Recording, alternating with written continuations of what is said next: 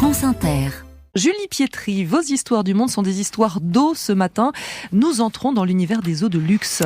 Celui qui pense que l'eau n'est que de l'eau a tort. C'est le mantra des marques qui font leur beurre un peu partout dans le monde en vendant les eaux les plus exotiques possibles. Donc vous avez l'eau puisée au plus profond de l'océan, dessalée bien sûr avant consommation, l'eau des nuages des Canaries, l'eau de la forêt tropicale de Patagonie ou encore l'eau des icebergs de l'Arctique. Alors ça a été longtemps un marché de niche, de toute petite niche, mais ça change au fil des années. Ces eaux, plutôt d'abord réservées aux épiceries fines et aux restaurants chics, se retrouvent de plus en plus dans les rayons des supermarchés. Il existe, sachez-le d'ailleurs, des sommeliers d'eau aux États-Unis par exemple, en Corée, en Suisse ou encore en France. Et j'imagine qu'elles coûtent un bras ces eaux. Oui, bien sûr. Là, on Évidemment.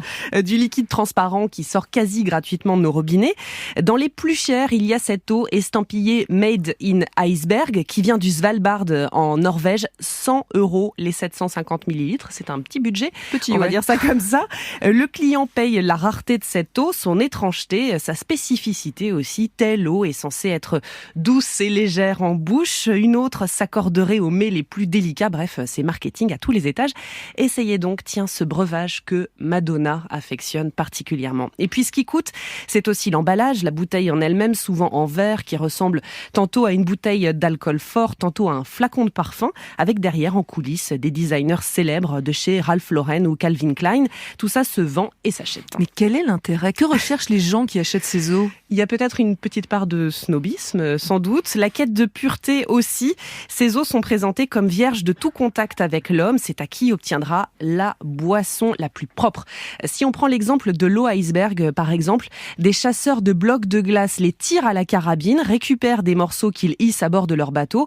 Et quoi de mieux pour se régénérer, disent les publicitaires, que de l'eau congelée avant la pollution de l'air industriel.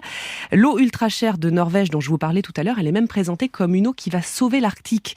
Goûter l'Arctique pour sauver l'Arctique, c'est quand même osé, mais c'est le slogan. Cette eau aide à lutter contre le réchauffement climatique. Alors là, je n'ai pas très bien compris comment et pourquoi, parce que ces eaux du bout du monde ont surtout un bilan carbone qui est catastrophique. Le pôle Nord, c'est quand même loin. La Patagonie aussi, il faut les transporter.